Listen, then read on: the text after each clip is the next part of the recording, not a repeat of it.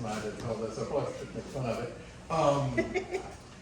So when I was 21 years old, I had completely fucked up my life. Anybody who's heard some of my stories that I've told in the past, from college probably aren't surprised about that. But yeah, I completely effed up. I was flunked out of college, had no job, no place to live, no parent support. I did get my shit together and get out of it. And how I did that's a story for another night. Tonight's story is more of a preface.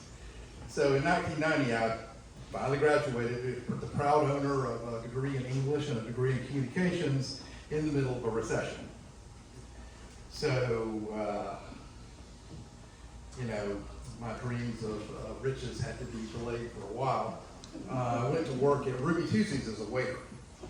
I was good at that. I made good money at that. I had the most fun I've ever had at a job doing that. But, there's the reason you don't see a lot of people my age waiting tables. It's a lot of physical labor. So I figured, I thought, where can I hide out in the recession? I can stay waiting tables, or I thought, I could go to grad school.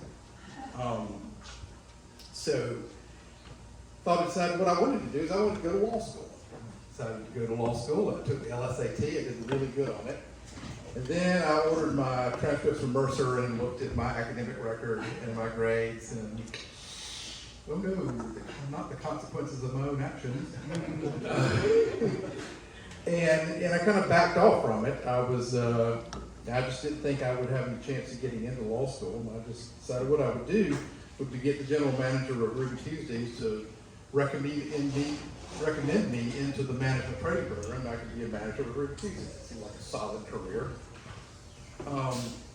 And my general manager was all prepared to do that until he got wind of the fact that I was applying to law school too, and he came up and told me, he said, Kevin, I'm not going to recommend you into the management training program.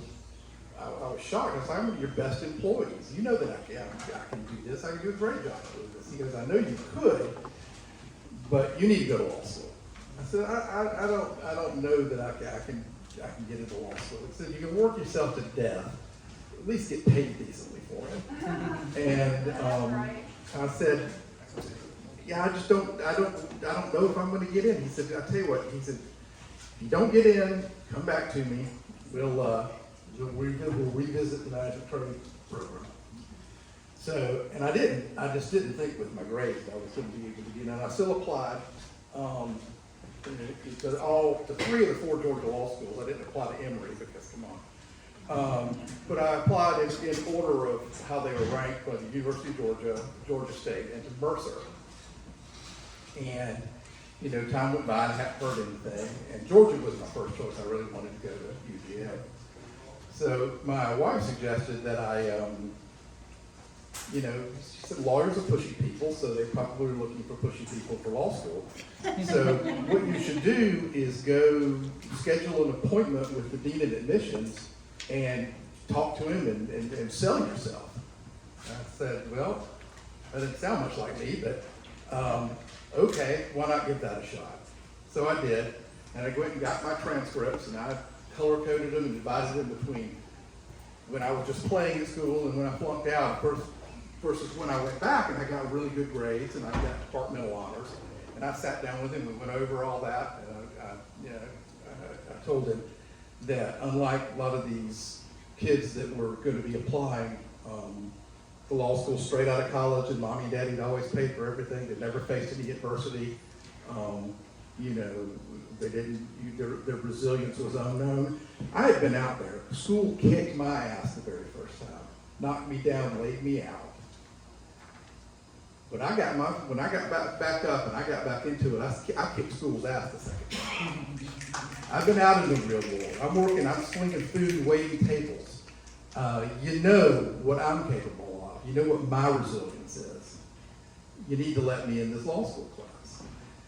And I left thinking, it was worth a shot. Because at the time, the year I applied, I think the acceptance rate was a little bit south of 15% of who applied got in. So imagine my surprise when I got that letter admitting me into the University of Georgia Law School. And sometimes you don't grab the ring by yourself. Sometimes you need to be nudged and pushed. And I got pushed by my manager, and I got pushed by my wife.